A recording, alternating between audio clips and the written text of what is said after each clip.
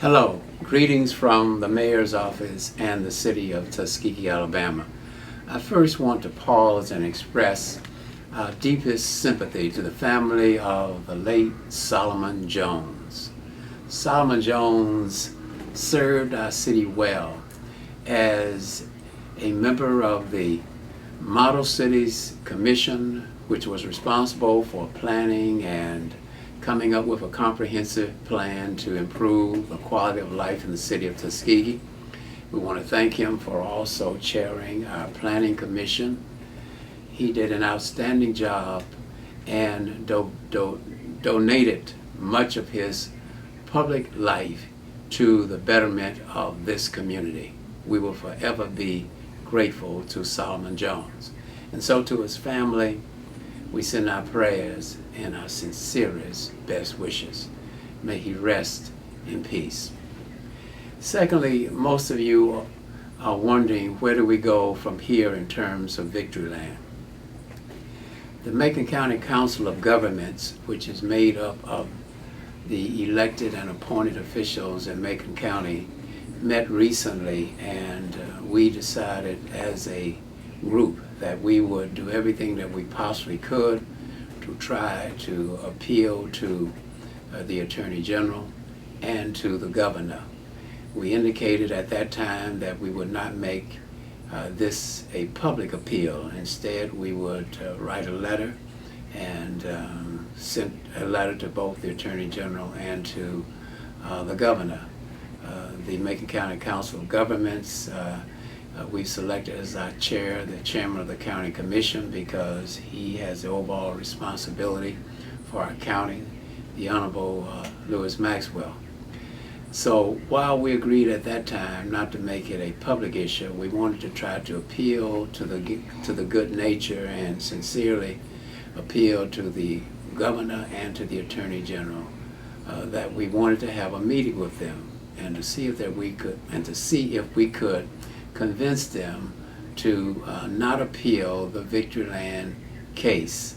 Judge Sashi, in our opinion, made a ruling which we think was fair and equitable, and it was the right thing to do.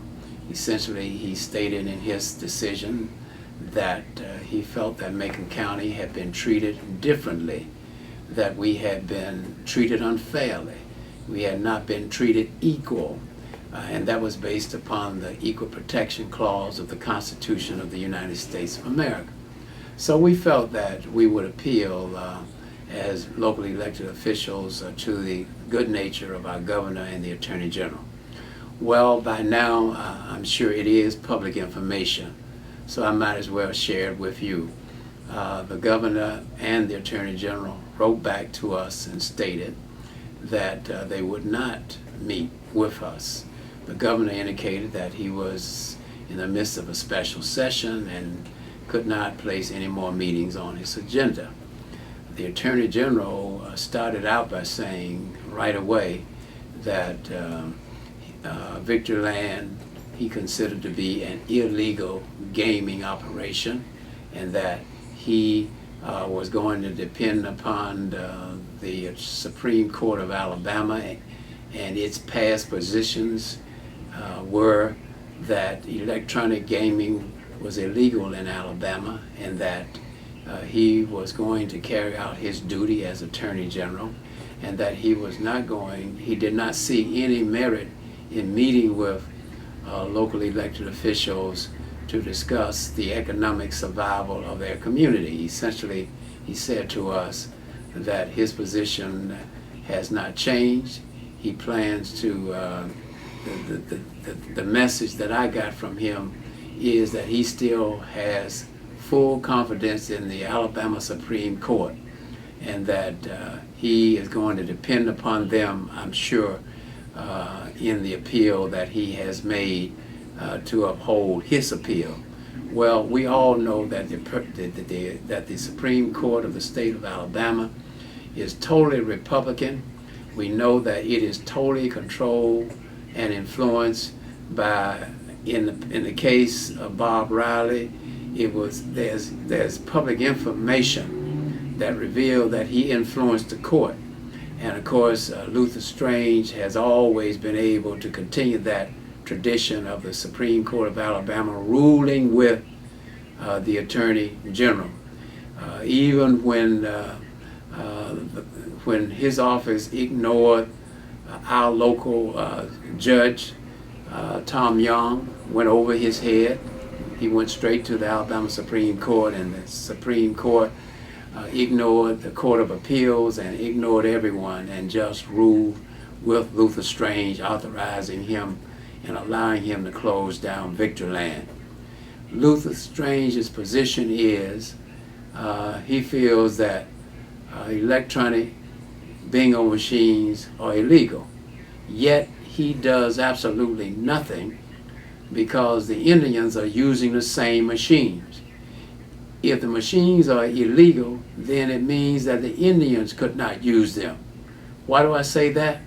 Even the Indians cannot do anything that is illegal in the state of Alabama, even though it's on Indian land. They are not protected. For example, the Indians could not kill someone and say, well, we killed them because they're on Indian land. In other words, they have privileges on Indian land which prevent them from being taxed and allows them to govern themselves on Indian land. But they cannot do anything that's illegal, even on Indian land. And they could not continue to operate electronic bingo machines on Indian land if in fact they were illegal. So let's not kid ourselves. This is not about the games. It's about, in my opinion, the fact that the Attorney General knows that as long as he can stay in court, it will continue to economically drain and penalize the people of Macon County. He knows that it cripples us economically, it cripples us politically, and it certainly cripples us educationally because we're losing millions of dollars which would be going to our schools, benefiting our children. So we might as well get ready for a long, hard fight. Now, there's another court case in the federal court where the Attorney General filed a frivolous lawsuit just to give the impression in federal court that he was going after the Indians too. He knew that he could not go after the Indians if he only was going after the Indians to give the impressions that he was going after them because he felt their games were illegal. Well, if he felt that the games were illegal, then he has the power to raid them, just like he raided us if he felt that they were really illegal. No, what does he do? He files a civil case saying that the machines are illegal. Yet he files a criminal case against us and takes action by raiding us. No, he files a public relations suit, a civil suit, saying that he feels that the games are illegal on the Indian reservation. So to show that he is trying to be equal and to show that he's treating the Indians the same as he's treating the folk in Macon County, he will file this suit. Well, the Indians were so insulted by this suit that he filed. Why? Because the Indians have given the Republicans so much money in their campaigns. And so they took the position, I'm sure, that how dare they file any kind of suit against us. And so the Indians got mad with Luther Strange and they filed a countersuit in the federal court. The purpose is to reinforce the fact that electronic bingo machines those same electronic bingo machines are not slot machines, and they're being used as electronic bingo machines all over the country. Alabama's not the only one that uses these machines, and so that's their position. So we're still waiting for a decision to be made on that case, and that's in the federal court, and I assume the federal court will make a decision at some point. I don't know how that's going to affect the Alabama Supreme Court because they seem to only do their own thing. They seem to ignore all other courts and just do what they think they want to do in the state of Alabama. And unfortunately, we have to sit back and take it. So, what is our position? Well, my position is this. As the one who filed the lawsuit who sponsored the case rather in the first place, because the people of Macon County asked me as a state representative, you said to me, Mr. State Representative, we want to be able to play bingo in Macon County. And we want to be able to play it in any way, any form, just like they're playing it in other counties all over the state of Alabama and in Mississippi, all around.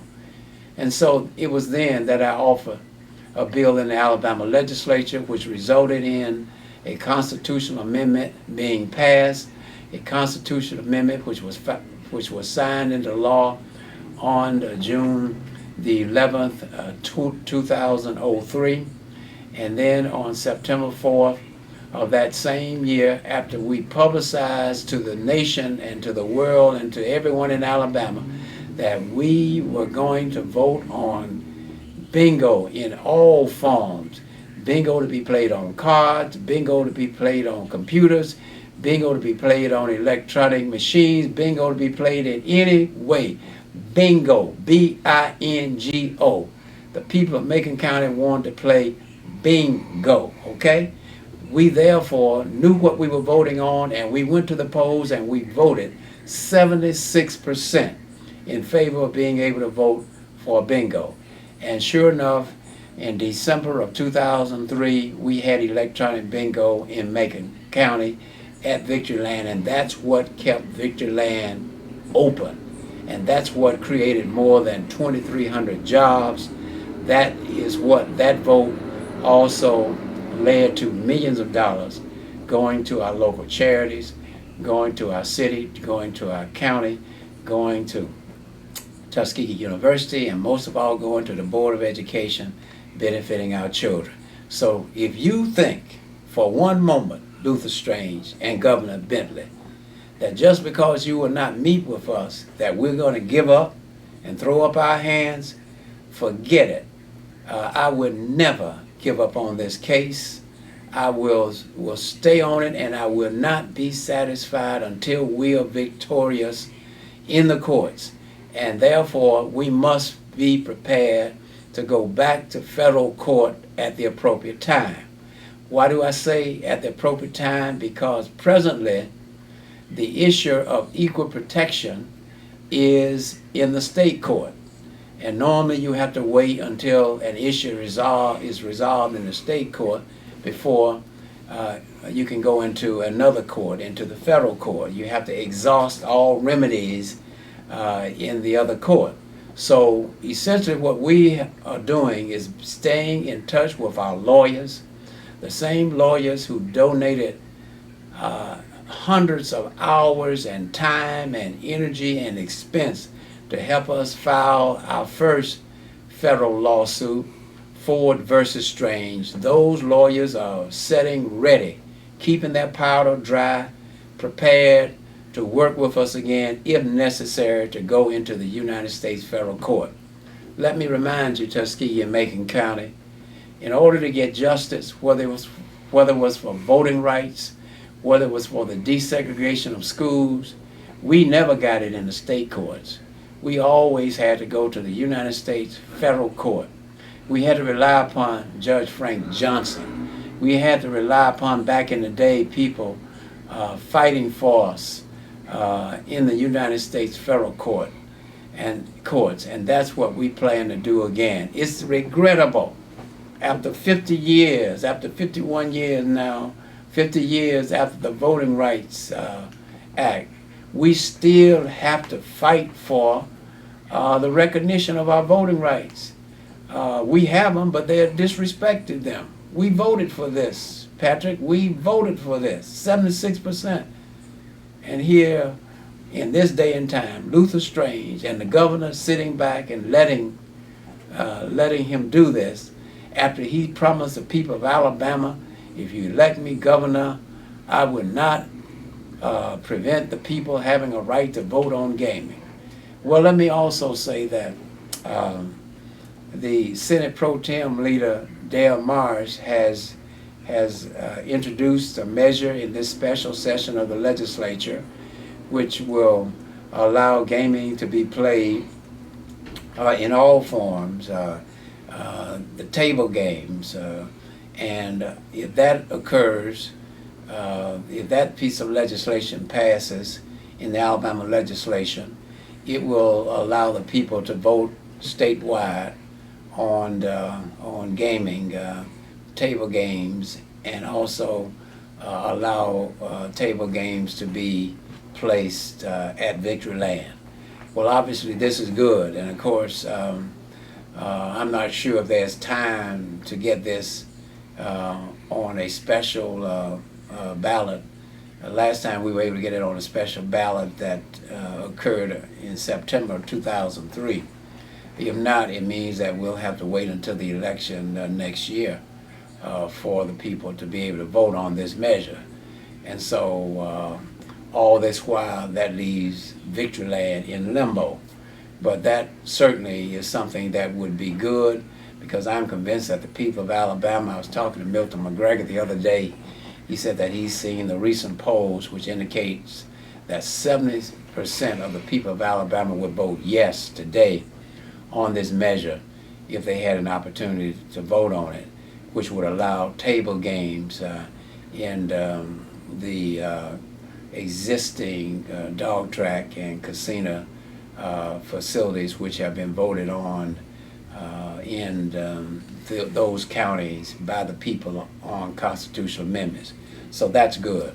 So that's where we are on the gaming issue. I want all of you all to know that we still have 2,300 people out of work. I still know that the Board of Education needs money. I know that Tuskegee University needs money. I know that the city needs money, the county, and most of all those people who need their jobs. You need to go back to work at Victory Land. But we're not going to give up on this. I want you to know that I'm going to continue to fight for you. Secondly, let me just say this. We want to thank Mr. Wayne Rowe for his plans are well underway to build a new $3 million plus new comprehensive, if you will, primary care facility. The facility will be located across from the Tuskegee Police Department on the Notasulga Highway. This will be a first-class facility. One thing about Mr. Wayne Rowe, you remember he came to our community several years ago. We tried everything we could to get the Macon County Health Authority and the Tallahassee Hospital people who run the Thomas Reed facility. We tried everything that we could. At that time, the president of the university and all of us met with them, and we tried to convince them to allow Mr. Rowe to be allowed to share the Thomas Reed facility and provide the quality of life primary care service there. Of course, that did not work out, so that's history. We don't have any hard feelings. That's behind us. We tried. So Mr. Rowe then began to lease at the Washington Plaza, and of course that's nice, but I don't blame him. You know, leasing is fine, but it's nothing better than owning your own facility. And of course, he also needs more space in order to grow, and he needs an adequate place that's secure. So we want to thank Washington Plaza for providing that temporary facility for him. But now he's moving towards building his own facility because he had no choice. We all used the tax dollars to build the Thomas Reed facility. I was on the commission at that time, the Health Authority. I was in the legislature. We created that commission in the first place, and I was a member of the commission that built the Thomas Reed Center. And it was supposed to be used for the public. You know, our goal for the Thomas Reed facility is for it ultimately to be a urgent care facility and eventually grow into a small hospital. That's our goal. So right now, we can't concentrate. I can't spending more time on that. I have to find other options. And the other option now is to support Mr. Rowe in building a primary care facility that will provide as many hours as possible, making hours and treatment available for the public of Macon County. He will provide some extended hours so that essentially we'll have urgent care. It's not an urgent care facility, but extended hours for preventive care is just as good, and they will be able to refer to an urgent care situation facility if needed. So that is going well. We're all going to be very proud of that new facility. They operate some 20 other facilities across the state, so they know what they're doing, and they expect to make the facility here in Tuskegee, Alabama, second to none, first class. That's the only way Mr. Rowe goes. Let me also say that Mr. Ball, Clarence Ball, a personal friend of ours in Tuskegee, and we know Clarence Ball because he started his first health nursing home here. We want to thank him for doing what was necessary for the city to acquire the old nursing home on Gautier Street. The city now owns that facility. Well, we're going to make use of that facility. The city manager's talking to the House of Moses about it being used to house a program for our veterans. We know that's important. Homeless veterans in particular, that's important. Number two, we have one emergency ambulance service, and they're talking about a second ambulance service, and so it will be used for some important public purpose. You can be assured of that. The nursing home on Gautier, okay? Now, in the meantime, Mr. Ball is moving forward. What he proposes to do is take those 122 nursing home beds, which were closed out when the nursing home closed. When the nursing home closed, we lost over 100 jobs. When the nursing home closed, we lost $1 million enterprise. When the nursing home closed, we lost a major utility customer. And when the nursing home closed, more than 122 residents, people who were our precious senior citizens, had to be uprooted and transferred to other nursing home facilities. And so those are the most important things, they are the most important things that we are concerned about, trying to get those people back home to Tuskegee. So therefore, we've helped to convince Mr. Ball not to build a second nursing home in Shorter or somewhere else in Macon County. Instead, to consolidate everything at Magnolia. Magnolia is a fine nursing home facility.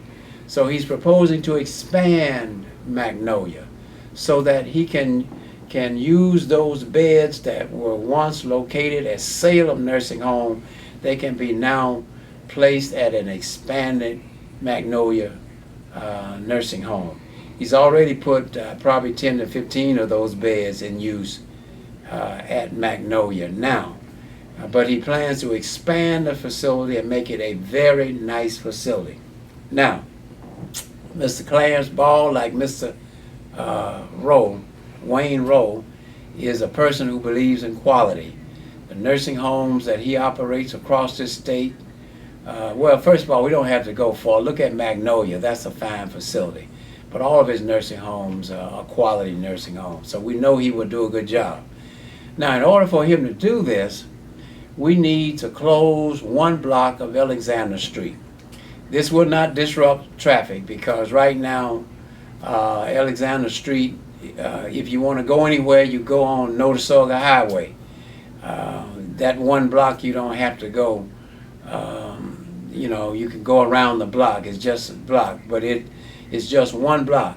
And the most important thing is no one lives directly on Alexander Street. There's no house directly on Alexander Street. There's a house on the corner of Notasulga and Alexander Street, but the front of the house is on, the address of the house is on Notasulga Highway, Wright Street, whatever you want to call it.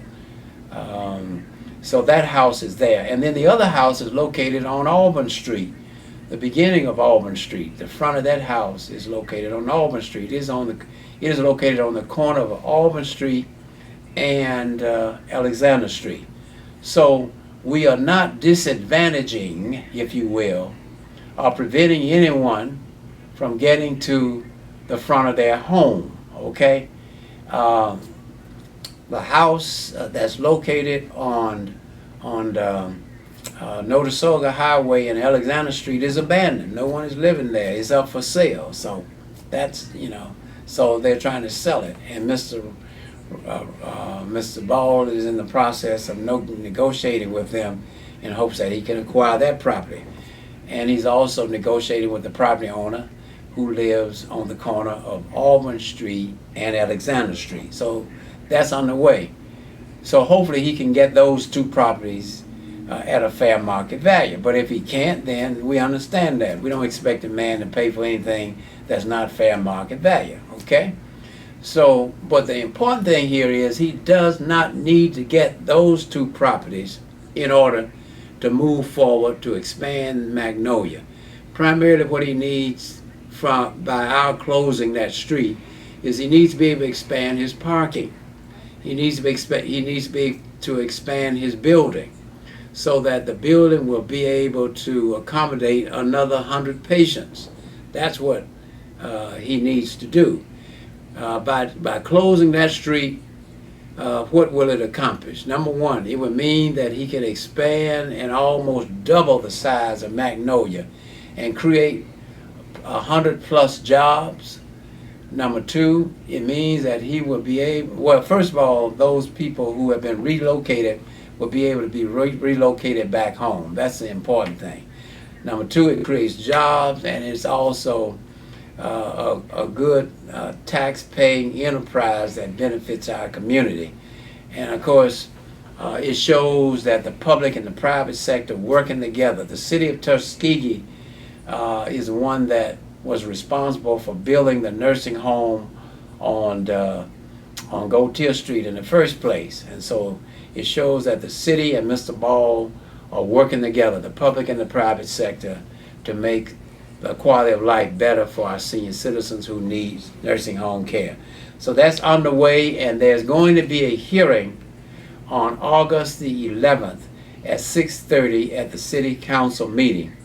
The City Planning Commission has already voted unanimously to call for the closing of that street. Okay, so the Planning Commission is already on record. The City Council has accepted their recommendation and has scheduled a public hearing in accordance with law. We'll have that public hearing, and then we'll be able to go forth after that public hearing. But I recommend that we close the street in the interest of progress, in the betterment and the improvement of the quality of life for over 100 senior citizens in our city who need nursing home care. And they want to be living in a nursing home, not in Auburn or Montgomery somewhere. They want to be home in Tuskegee, Alabama. And Magnolia Haven can be that home, putting them close to their families and to their community. Let me also say that health care continues to be a top priority for us. We've not given up on our quest to get urgent care in our community. And so I'm still in touch with Dr. Martine in reference to urgent care. We were trying to get the City Council to make this happen. The Utilities Board has already indicated their willingness to cooperate, but we have not been able to get the majority of the City Council to go along with supporting that proposal. So, in the meantime, that's not going to stop the show. We're going to work with a physician, Dr. Martine, and others in terms of the private physicians, and they've indicated a desire to accomplish the goal. They may not be able to do it as quickly, but they want to see it done as well. And so we'll continue to do that, and we'll continue to work through the medical clinic board of the city of Tuskegee in our efforts to accomplish this goal. We're not going to give up on urgent care. There's some talk about emergency care. Yeah, well, we need that too. But emergency care means a hospital. Emergency care is much more expensive than urgent care. Be that as it may, health care is very important. In keeping with that, all of you will recall that recently we had hundreds of you who came out to the military health care program that we had here in our community. That was overwhelmingly accepted with great praise and with great appreciation. We've expressed our appreciation to the military and to the state director of ADECA, the Honorable Jim Byard, who's the head of ADECA. We've indicated to him we appreciate this year and we want to do it again next year. And so we're fighting to get that program again next year because so many of you benefited from it, and there were many who did not get a chance to benefit from it. And that's why we're going to try to benefit those of you who did not get the opportunity this year to again do it next year. There's another program that we're working on. At one point, HIV/AIDS was the #1 killer of African Americans in this country.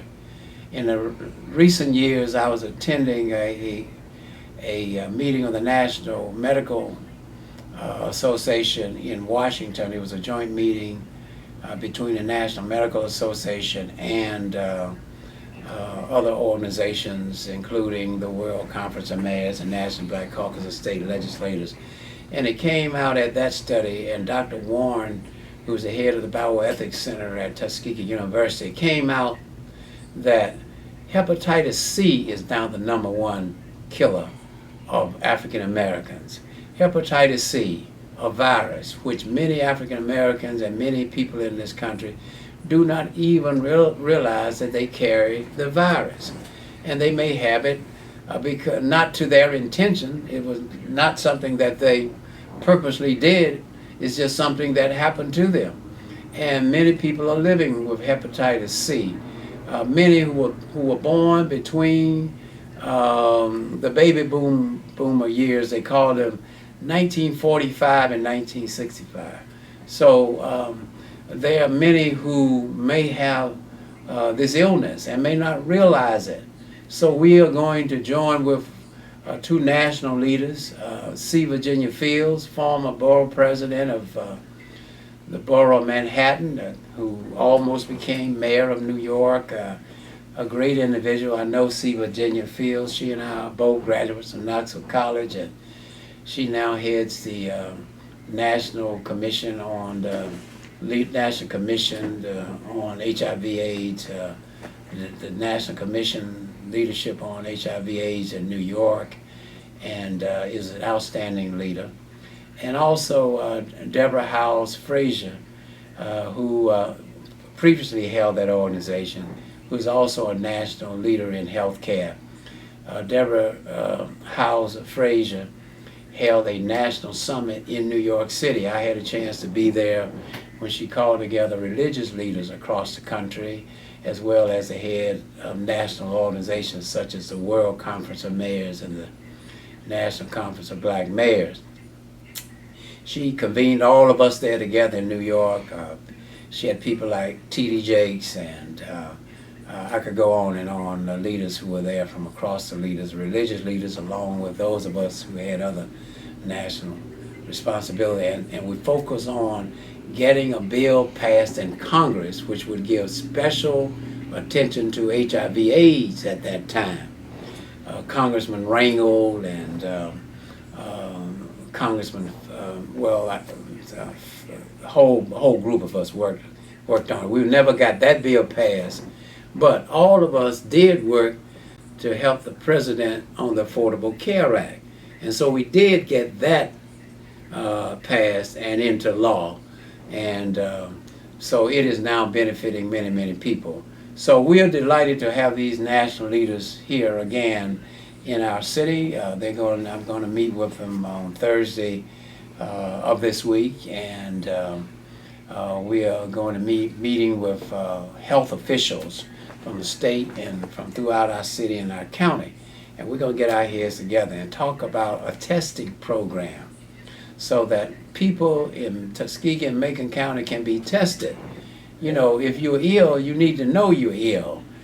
Forget about the foolishness of I'm ashamed, or it's the stigma that I don't want anybody to know. Nobody's interested in your business. What you need to be interested in knowing if you are ill. If you have HIV/AIDS, you need to know that. Why? Because help is not on the way. Help is here. You don't have to wait on it. Help is here now. There are many people who are living with this disease because they got tested, they found out, and they didn't make a public issue about it. They just quietly went and got help.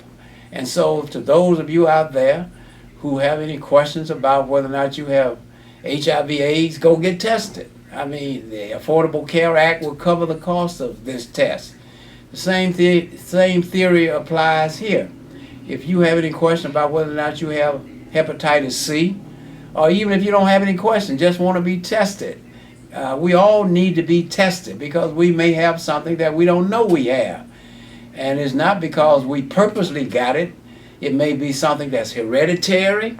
It may be something you got by accident, by association. You know, my good friend Arthur Ashe, who's a very dear friend of mine, and I revered him. I revered Arthur Ashe so much, I often laugh about this. I revered Arthur Ashe so much that he once sent me a campaign contribution package, and I called Arthur and said, Arthur, you are so famous and I revere you so much. I said, I want to frame this check, but I need it so bad for my campaign. I've got to cash it. So, but the point is, Arthur Ashe caught HIV/AIDS in the dental chair. I mean, he had nothing, it just happened. So it's not always your fault. You may have something that you may not know you have. But the point is, it is your fault. You're being not smart. I started to say stupid, but I'm not going to be like Donald Trump. Run off. I'm simply saying that you are not being wise. You're not. See, here's the problem of black folk. We die too soon, and when we die too soon, we're not hurting ourselves. We're hurting our families and our loved ones. We're taking away those of us who are breadwinners, those of us who are loved by our families, by our not being responsible and going to get tested and looking out for ourselves.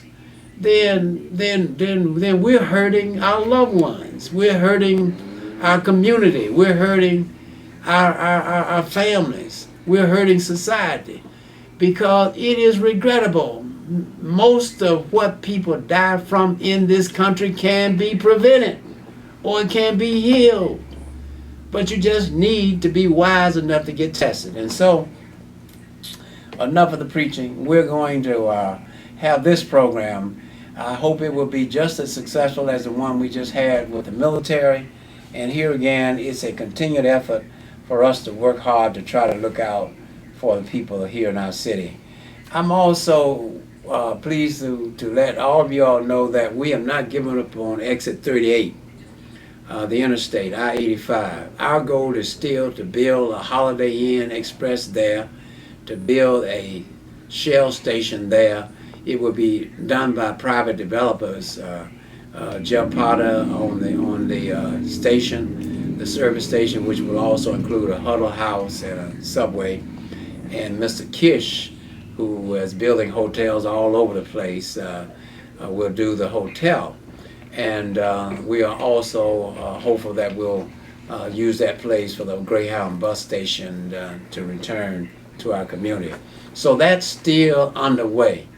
Why haven't we done anything yet? Because we're still working on it. It has taken, when I first ran, this is not political, but when I ran for office the last time, I figured that I could come and do all these things because in 4 years. But I've been trying as hard as I can to get all these things done, but we just haven't been able to get them done. And I want all of you to know I'm not going to quit. I mean, I just So the point is, I am still working very hard to try to get these things done. And we're going to continue to work on this. And so this is not political. I just made a commitment that I'm not going to stop working until we get these things done. And I will not stop, just like Victorland. That was one of my goals. I'm not going to stop until we get Victorland back again. I'm not going to stop until we get 24/7 health care, urgent care, and ultimately a hospital. You think I'm going to stop on that? I'm not going to stop until we get exit 38, get that exit developed. We now have the Tuskegee Airmen National Historic Site completed, and that is drawing many, many tourists from around the nation. But the job is not yet done. We need to have hotels and restaurants and service stations. Every exit is developed except that one. Shorter, look at Shorter. Look at Opelika and Auburn up at Highway 29, new hotel going up. You think we can't have the same thing in Macon County? Yes, we can, and we intend to. It has just taken us so long to get it done. And the reason was we tried to use PNC Bank, and that didn't work out. So now we're working with Liberty Bank, the local black bank, okay?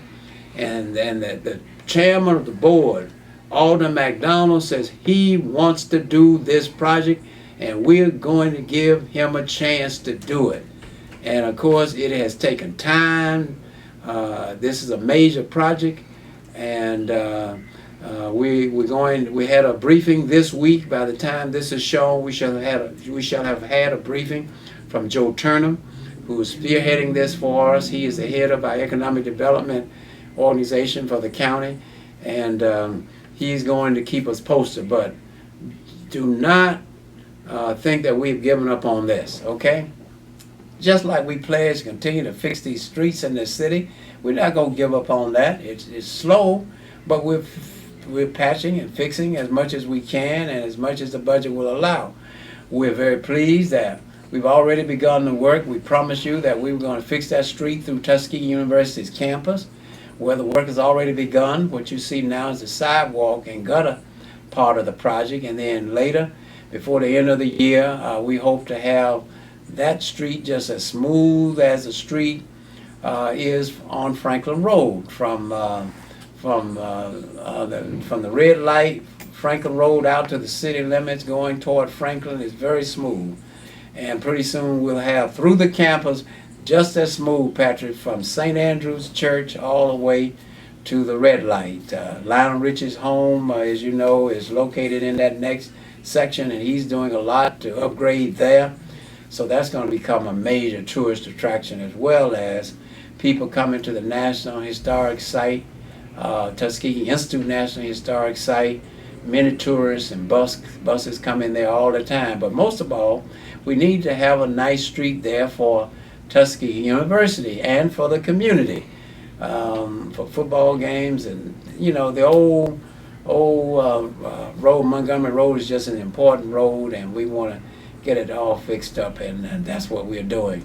But don't think that we've forgotten the rest of the community, okay? We got a special grant for that.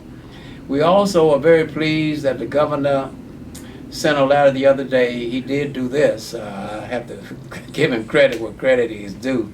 We're getting a $226,000 grant, which we will use to extend the sidewalk from, I think we come all the way down. I haven't noticed where we stopped. I think we stopped at St. Mark, go Million Street. But we'll extend the sidewalk from that location all the way out to BTW, so that the students who attend BTW will be able to work on safe sidewalks, safe routes to schools, to that school. And we're very pleased. As you know, Booker T. Washington is in the city limits of Tuskegee. So if anyone thinks that we're running sidewalks outside the city limits, you need to know that I made sure that we annexed Booker T. Washington in the city limits. We did that because it was the city that actually joined with the Board of Education to build Booker T. Washington High School. For those of you who say that, I think Guy Rhodes said we're the only city in Alabama, one or two, that does not do anything to help public education. Well, I want you to know that we do support public education, it was the city of Tuskegee, along with Silas Kennedy, may he rest in peace, that joined with the Macon County Board of Education to build Booker T. Washington High School.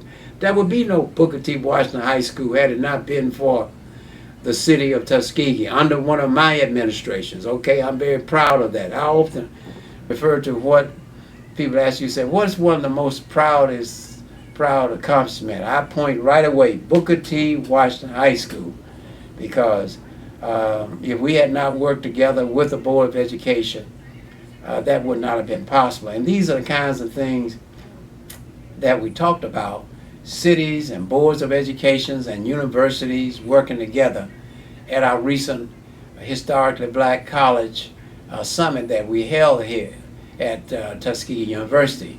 We convened a meeting of historically black colleges and historic black towns and historic black school boards, where we could all work together, the colleges, the towns, and the school boards.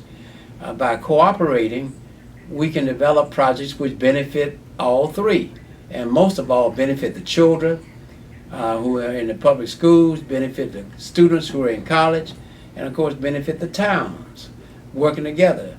And so we're going to continue to do that, and as a result of that meeting, which brought together national leaders such as Dr.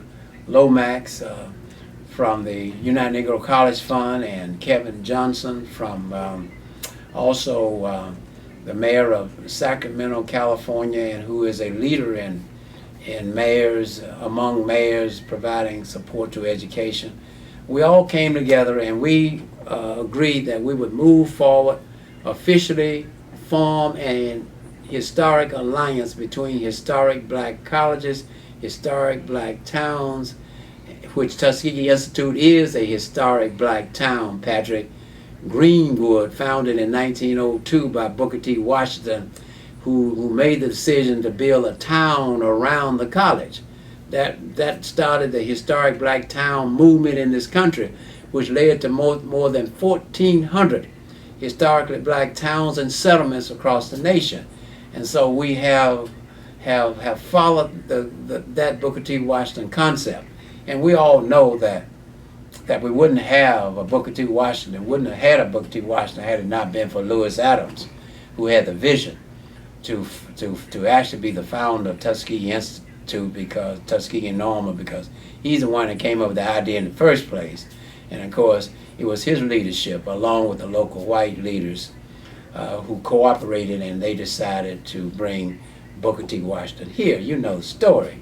So the town and gown working together, and we reemphasized that recently during the 4th of July celebration, where both the Booker T. Washington family and the Lewis Adams families, both families led that ceremony of bringing the community together to commemorate the legacy of Booker T. Washington, and of course Lewis Adams first, who was here before Booker T. Washington, to continue that legacy.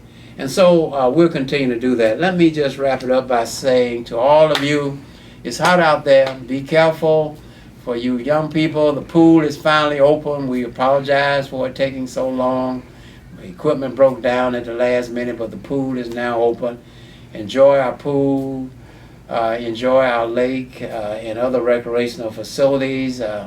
We're working hard to make sure that the children this summer have things to keep them busy. We're also working hard and supporting the effort to make sure that the children have food as well. So thank you so much. It's time to go to the funeral. So thank you so much. We'll join you again next time. Thank you for listening to a report from City Hall.